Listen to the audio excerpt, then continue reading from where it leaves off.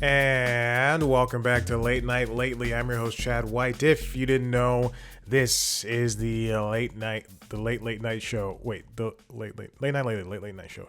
Yeah, for the website podcast. cpluscomedy.com. Like I just said, is a website. Go there. Welcome back in. I have more jokes for you. Here is the monologue. Jimmy Kimmel returned to Airways after a week of suspension, and it looks like the Ozempic worked. I like that joke.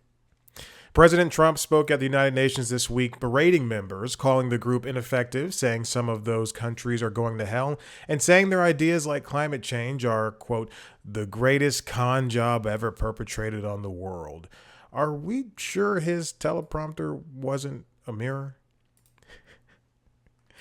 An escalator at the UN stopped while Trump and Melania were on it. Later, his teleprompter also gave out. Trump asked Secret Service to look into it, calling both incidents acts of sabotage. Now he knows how it feels. Before he was president, we were doing so well and everybody wanted to be us. Now we're worth nothing and can't sell enough stocks to get la boo boo. I don't know what that is. Delegates at the UN walked out of Benjamin Netanyahu's speech as a sign of defiance and protest. And if you want my opinion on the matter, nope, you will not be canceling me. I have nothing to say about what's happening over there with anything. And finally, James Comey has been indicted by the DOJ, Department of Justice, for what President Trump says is making false statements during his September 2020 testimony about Russia's meddling with the 2016 election. They had 5 years to make that decision, with the time running out at the end of this month. All I have to say is it sure does stink to get that needless information at the last possible second, doesn't it, Combs? All right, and that's the joke. And Hillary Clinton was the picture of the thing. You really have to watch the video. That was the end of the monologue. Here we are. Let's go on to. Oh goodness gracious! I couldn't put that thing back to where it was for the life of me. All right, let's get on to whatever we have going on here. As I said, it was the night of all nights. We had our friend Jimmy Kimmel return to airwaves, and it was good. It was wonderful to see him come back and do jokes. If it sounds like I am vamping, so that I could go to my YouTube and look at the videos, you better believe, because I did not set anything up. I just wrote the jokes and I said, oh, I'm so excited to perform these jokes, and it's time to get out there and choose what is going to go up. Everybody was back. Everybody was here. So we were able to deal with that. Let's start with the Tonight Show. Jimmy Fallon had a great week, and everybody when on Tuesday. So we got the information Tuesday that Kimmel was coming back. So it was wonderful to see that, and everybody told jokes surrounding Kimmel's return. Fallon had an excellent week. No, I'm just gonna say they all had excellent weeks. Matthew McConaughey popped up along with Eric Church, who was a performer and a guest. Carl Anthony Towns as well. Sean Penn, Zachary Quinto, Frederick Bachman, Lang Lang, and who else? Kate McKinnon. And then the Kim Kardashian was in a cold open, as well as a guest, and Mark Wahlberg and Lola Young performed songs. Oh, and Ian Lara was a stand-up. He also interviewed the cast of One Battle After Another, which is, it was nice to see Leo's do late night, but Leonardo DiCaprio. But it wasn't. They were at a theater, and it was a group thing. And it seems as though Rose was on their show as well. It seems as though the only press video press, I guess is what we'll call it, that Leonardo DiCaprio is doing for this movie is going to be in short bursts, with the exception of an interview with Jason Kelsey and Travis Kelsey, which is not something I like. He should, you're a movie star. Come on, late night. I don't want to see him do a podcast with those people. Two boring white men.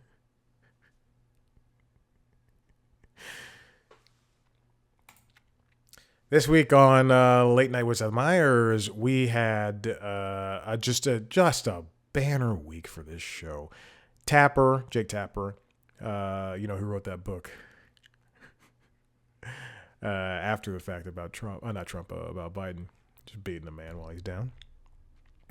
Jade, as well as Lola Young, Bobby Cannavale, Louis Partridge, Kim Jung, Tyreek Withers, and Timothy Oliphant, whose stint on Late Night just continues to be excellent. There was also a day drinking with Matt Rogers and Bowen Yang, and that was truly just a standout segment. I would not want him to do this all the time, but man, I love the day drinking segments. They're so great, and I want to know all of the behind the scenes for that. I just want to know how they happen, how long it takes.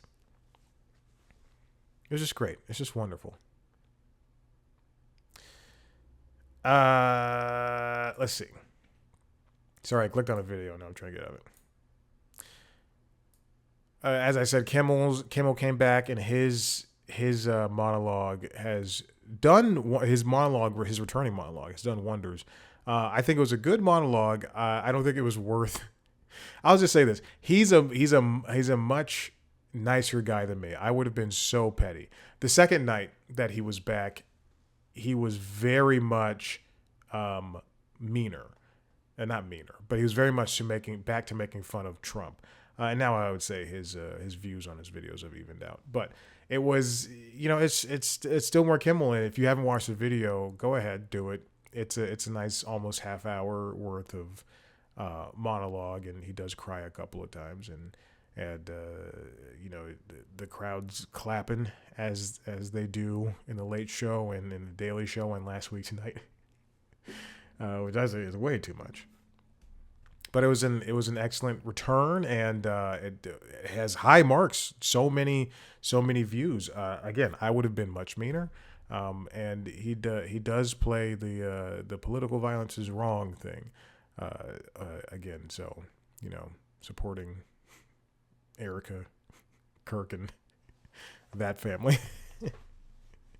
Okay. Anyway. Julia Louis-Dreyfus, Oscar Nunez, Lisa Ann Walter, Glenn Powell, Ethan Hawke were his guests, and Sarah McLachlan played Better Broken. I will say this: besides his monologue, it's just another week, and they'll be going to Brooklyn next week as planned, which is interesting because I would think that Disney would have put the kibosh on that, but it's good that they did not. Thank goodness that nothing was ready to go at the time of the suspension. But I'm sure that was going to happen regardless, that they were going to go regardless. The Late Show with Stephen Colbert had a decent week as well. Let's see. I'm sorry. I'm trying to look for the guests. Okay, Scarlett Johansson, Senator Mark Kelly popped up. And then Gavin Newsom was a headline guest for an episode. Priscilla Presley was there as well. Lainey Wilson performed, and Senator Chris Murphy was there as well, and Jeremy Strong and Carrie Preston. CBS has to be, because I watch CBS mornings, has to be one of the networks out of the four networks, has to be the one that does the most cross promotion, and I would think followed up on other shows, and followed up with that is probably ABC, because there's just so much of they'll use like a news story slot. They'll use a slot in the B block to promote a show that is on their network, which they're allowed to, but It's annoying. He also had a Sound of Science, and I believe, if I'm not mistaken, there was a Meanwhile at some point, but I might be wrong. Yes, there was a Meanwhile. For The Daily Show, Jon Stewart returned to his Monday post. Look at him working over the course of 2 weeks, over the course of 4 days, twice. Look at him working. Jon Stewart returned, and he spoke to the beautiful Jacinda Ardern. And then we also had Jordan Klepper sit in as host for the rest of the week, talking to Sebastian Murphy, John Fugelsang, and Regina Hall. And then Leslie Jones last night did an opinion piece, I guess that's what we should call those. And then Viagra Boys, I don't know what this is, performed Pyramid of Health. Is because I watch the shows via YouTube TV, I skip through commercials, so I typically don't watch it on YouTube, but I subscribe. But I skip through commercials, and then I'll get to the monologue, and I'll get to the guests, and then more often than not, for The Daily Show, if I'm done with the guests, I'll just be like, okay, I'm done watching the episode. I don't know what this Viagra Boys thing is. And then on last week tonight, John Oliver talked about Jimmy Kimmel and the FCC, and he did an excellent story about that. There was a split second in time where I was like, "This is the end of the episode," and I was going to take the mic and shove it off, but that's not true.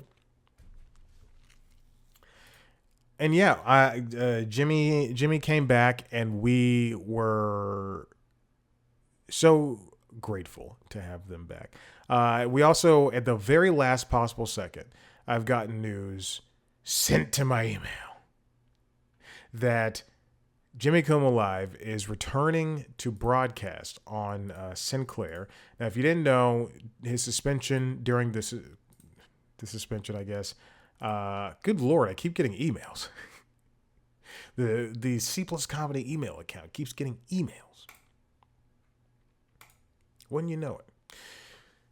This comes from Variety. Okay, so anyway, if you didn't know, during the suspension for nothing, Sinclair and Nexstar, both are affiliate owners around the country, trying to do separate mergers.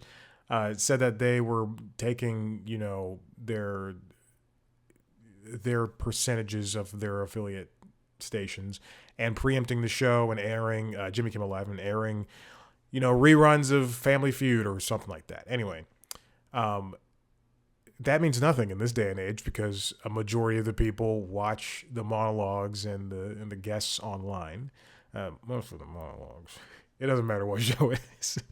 If it's Kimmel, if it's any of the Jimmys, if it's Seth, if it's Colbert, if it was After Midnight, if it was last week tonight, Daily Show, most of it's online.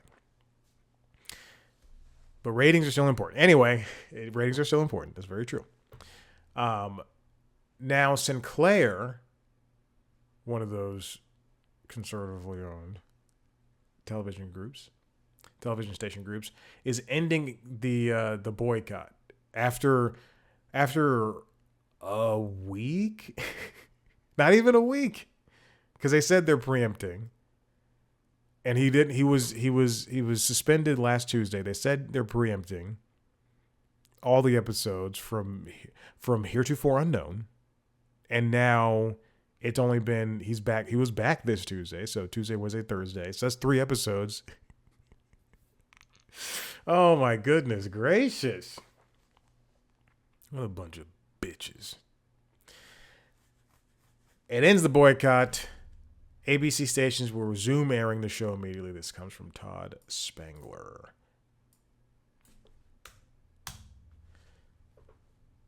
Yeah, 38 ABC stations were part of this protest.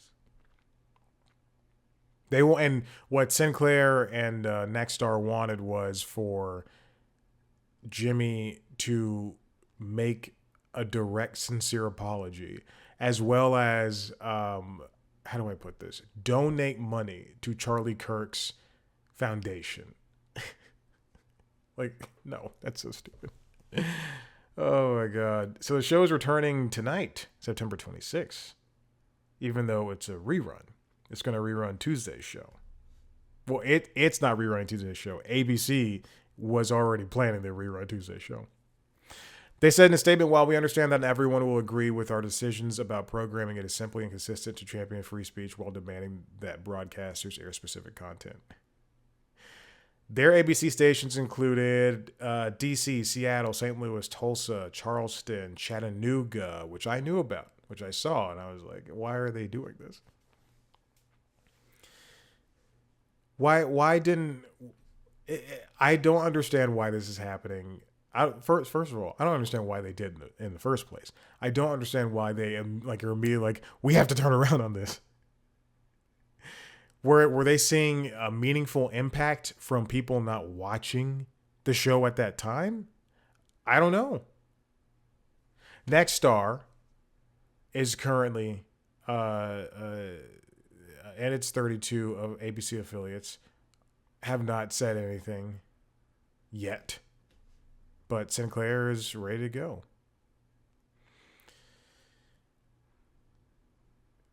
Sinclair, I'm reading the statement. Sinclair is in our ongoing constructive discussions with ABC.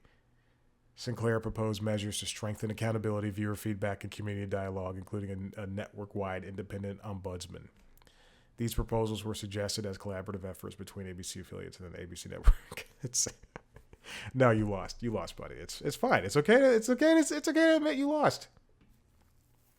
Even Letterman put out a video earlier today talking about the return of Kimmel.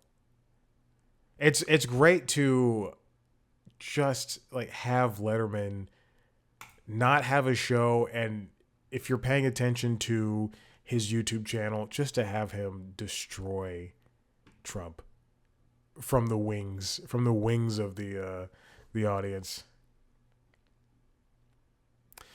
Okay, there is not a lot of news.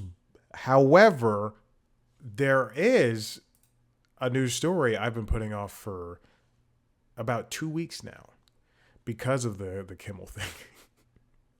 Like truly because of the Kimmel thing. And it's unfortunate that it happened to this person who was part of late night for a period of time, and then she was just unceremoniously ousted and forgotten. This comes from Deadline, written by Peter White. Lily Singh says she was set up to fail in late night. Oh my God. Like truly the day that I put this on is I was ready to go, and now it's nothing. Lily Singh was one of the last women to have her own late night show. If you don't remember, she had A Little Late with Lily Singh. She took over on NBC. She took over the Carson Daly slot, the 1:37 a.m. slot, which to a lot of people will look bad, but to me, at this point in time in my life, I would say, hell yeah, brother, let's do it.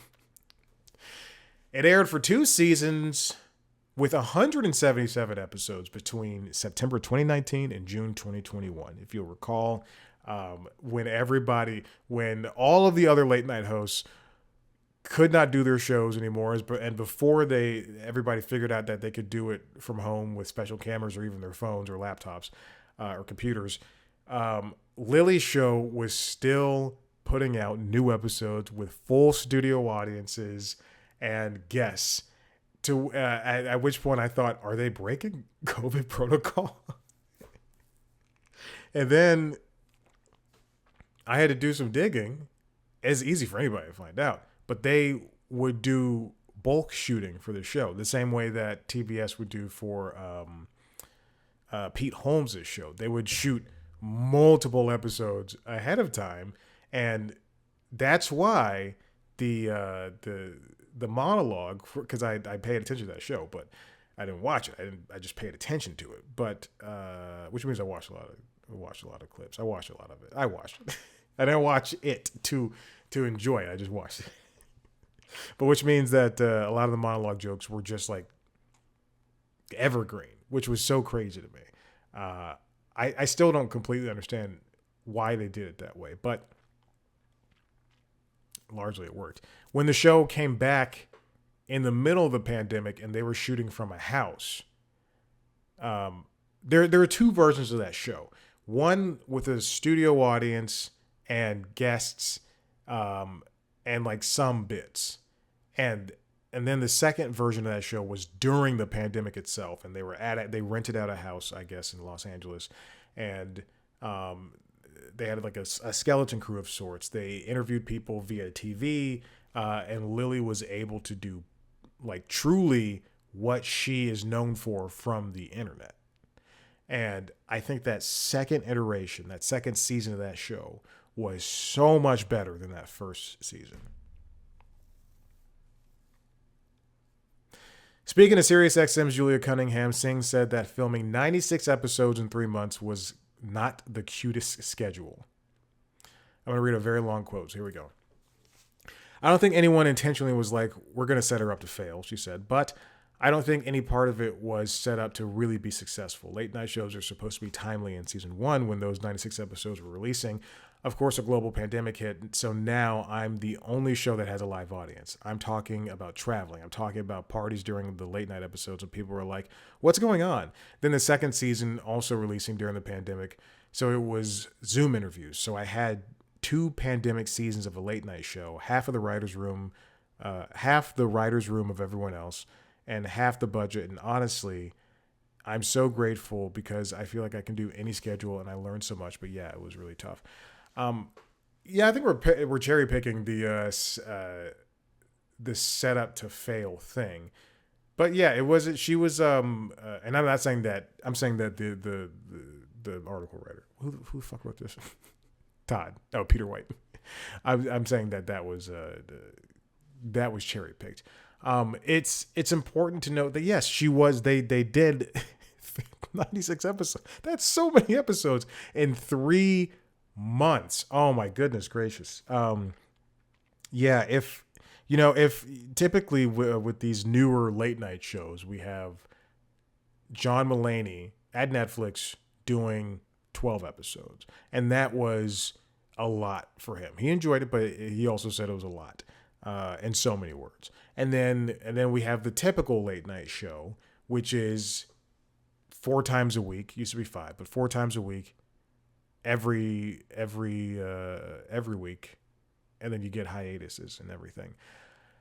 This show is very. I'm glad she's able to reflect on it right now and look back at it and take a learning experience from it. But I think if there were a different change from it, if NBC could get a do-over, I don't know why they would want to, but they would take a show like this, like Lily's Little Late with Lily Singh, as well as Amber. I was gonna say Amber Riley, Amber Ruffin's, Amber Riley, the girl from Glee, Amber Ruffin's show, and really just say, which was once a week, and they already used the studio space that was Seth Meyers' studio, late night, late show. Is it late night or late night?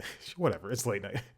I think they would look back and go, okay, hey, we can get rid of this 1:37 a.m. slot, and we can take the Amber Ruffin show, and we can take A Little Late with Lily Singh, and we can put them on Friday nights. They can release on Peacock, but we can put them on Friday nights and get viewers that way, as well as get it on Peacock, and we can have the best of both worlds. I think Disney does that really well with some of their shows, like Alien Earth. Alien Earth aired on Hulu and it aired on FX. So on Tuesdays, you could, for 8 weeks at 8 p.m. on Tuesday, you could go to FX and watch Alien Earth, or you could go to Hulu and watch Alien Earth. And I think that's excellent. The same thing happens with HBO shows on HBO Max. I get why they wouldn't have wanted to do that, and just producing 2 more shows and paying more of the money first, which was not a lot of money. I watched all of the Amber Ruffin show. It was not a lot of money. In fact, you reuse studio space, and a lot of the people working on Seth's show were working on Amber's show. But that would have been great to like truly have 2 more diverse women's perspectives on late night, in late night, and they were and truthfully, they're both very silly. So it could have been just a different landscape. Late night could be a different landscape than what it is right now. I think if Joan Rivers were still alive, somebody would give her a late night show. And technically, or a late night style show. And technically, Busy Phillips does have a show on QVC, on QVC's streaming platform. And it is set up as a late night show, but I don't think it is in that category and taken seriously. Lily added that it was one of the most challenging things I've ever done in my life, saying that she doesn't see herself doing a late night show. Hey, Lil, I got something to tell you. It's it's a struggling genre. But if any show that's like a daily type of show would come up to me, I would be better equipped to ask better questions. Talk to me about budget. Talk to me about the schedule. Talk to me about like any contingencies, any plans. Like there was just so many questions I would have asked. She's not a very verbose person.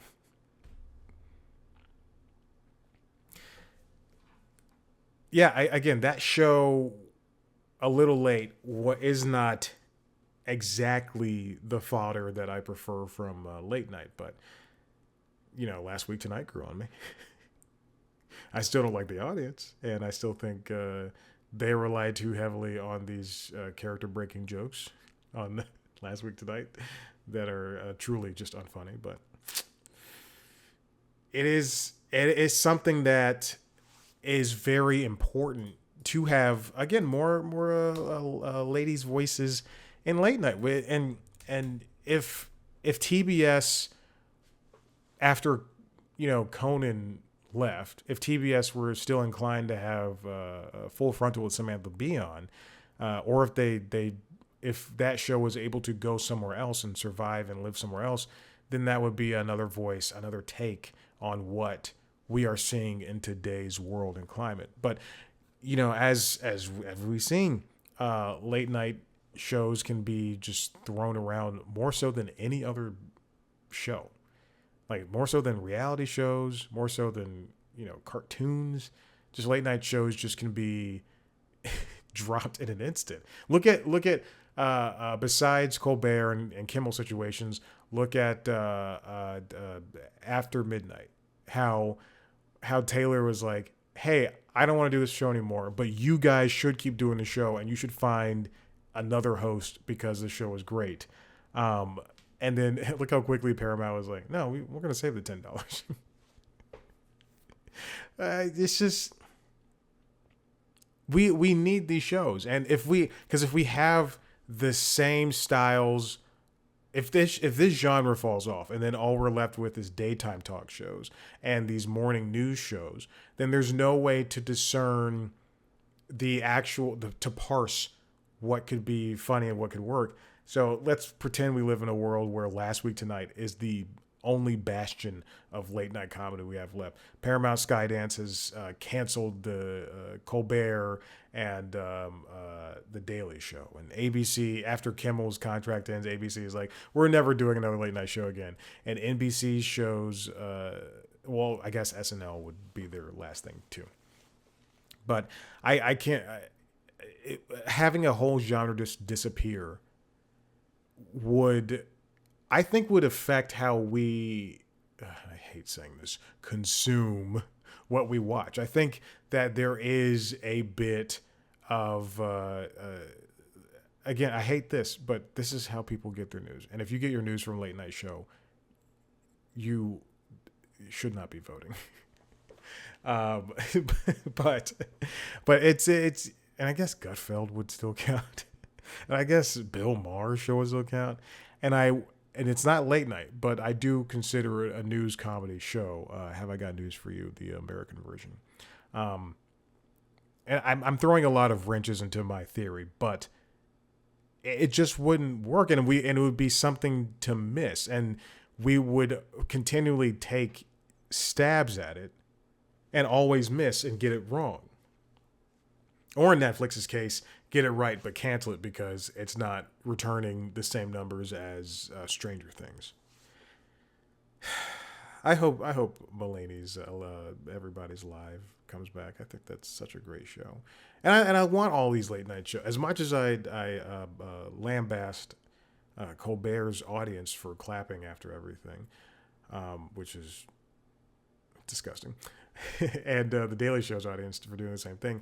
I want these shows to exist because they help the audience feel a little less crazy, because there are insane things happening in this world. If the president can say, Secret Service, look into that escalator stopping, I could have died. Have you seen the video? He could not have died. I pressed my desk and it adjusted. Have you seen the video? He could not have died. He and Melania would be just fine. And they turned the stairs. Ugh, ridiculous. All right, listen, if you like what you heard here, head to the website, cpluscomedy.com, where you can see me talk famous. You want to watch a video version of the show, go to youtube.com/cpluscomedy, where you can see me, and you can also watch the other video versions of the other podcasts. LinkedIn Logs, the Jobs podcast, and the Constitutionals, the Entertainment Business News podcast. You can also watch me talk to famous people under the interviews. Subscribe to those shows wherever you get your podcasts. Follow us on social media at C Plus Comedy on Blue Sky, Instagram, and TikTok. Me at Chad Black White. Thank you so much for listening. We'll see you next time. Bye.